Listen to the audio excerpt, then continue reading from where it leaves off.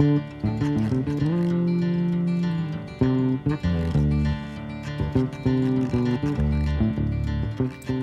time we thought about what is a one-to-one and why is it a good thing to do. Today we're going to think about the practical stuff, the nuts and bolts of where to meet, what to study and how to do it. So where should you do a one-to-one? Well, the great thing is you can do a one-to-one pretty much anywhere, as long as it's somewhere that you both feel comfortable and hopefully somewhere that's quiet enough so that you won't be disturbed. Meeting in someone's house is a great idea, or maybe there's a room in your office that you can use. You can meet in a coffee shop, although they can be a bit noisy, so scouting around to find a quiet place is a good idea. You may not want to pray in a coffee shop, but just find somewhere where you both feel comfortable. And if you don't want to pray in public, don't worry, just get on with the Bible study. What should we study when we do a one-to-one? Well, you can study any part of the Bible. New Testament letters are a great place to start because they're short, so that means you're not going to be ploughing through Jeremiah for the next 10 years. And they're also a pretty easy kind of writing to get a handle on. One of the biggest mistakes that people make when they first do a one-to-one is they think it's an opportunity to study the most obscure bit of the Bible that they've never read before. I reckon that's probably a bit of a tall order for a first one-to-one, or even a second, third or fourth go. I'd choose something that you know, maybe something that you've read in your quiet times recently, or something that your minister has preached through. Won't that be boring to do something that you've done before? I don't think so. I reckon that as you study a book again with someone who maybe hasn't looked at it before, you get the joy both of seeing them discover it for the first time and of seeing new depths and riches in it as you look at it again yourself. For the last 10 years I've been doing one-to-ones, and I reckon I've studied Colossians once a year with a different woman each time. And each time it still feels fresh as I see them get to grips with it for the first time and get excited about following Jesus. And as I see new things in it and learn to trust Jesus more and more, it's not boring. So how do you go about doing a one-to-one Bible study? My first one-to-one was a bit of a disaster. I used to meet up with this girl called Jill, and the poor girl, I'd head to a coffee shop after work, I'd read the passage and read a bit of this book and what it told me about it.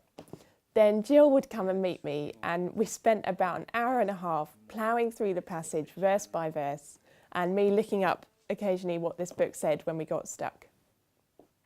In hindsight, it probably wasn't great, but actually at the time we had a really good time. We were two young Christian women doing our first jobs in London, and meeting every week to study the Bible, however long it took us, was still a really great way of discipling each other.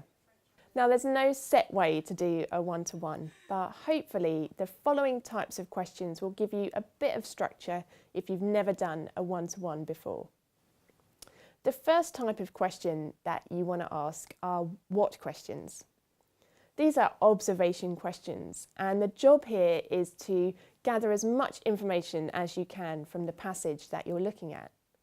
So who's writing it? Who are they writing to? What's the topic that they're talking about? And what things do they tell us about that topic? Do we learn anything about the situation that those Christians are in, or that the writer is in? Those kind of questions are going to help us as we move on to the second set of questions, which are why questions. These are questions where we get to the meaning of the passage or the purpose, the real heart of why it's there. So why would this writer write this passage to this group of Christians? How does this passage follow on from the previous passage? Or how does it connect with the next one? That leads us on to the third type of question, which is application questions. Application is just where we take the meaning or purpose of a passage and connect it to our life as a Christian. So questions like, what encourages you from this passage? What challenges you from this passage? You could spend some time thinking about the particular situations in life when you're really going to want to remember this passage. Or think about how the passage changes the way that you view the world, the way that you make sense of life, or how it changes the way that you view the gospel, the church, other Christians. Sometimes in New Testament letters, you get really practical information about how you should relate to other people. You could talk about which of these you find hard and why. Now, in lots of ways, this structure of Bible study is pretty similar to what I would do with a bigger group. But I guess the benefit of doing a one-to-one is that it's more of a dialogue. You can stop and say, I don't understand this bit, or you can pause to focus on a particular idea. There's no schedule, so you can take as long as you need to. And you can probably be more honest than you would be in a group setting. So it's a great chance to disciple each other in the particular circumstances of life.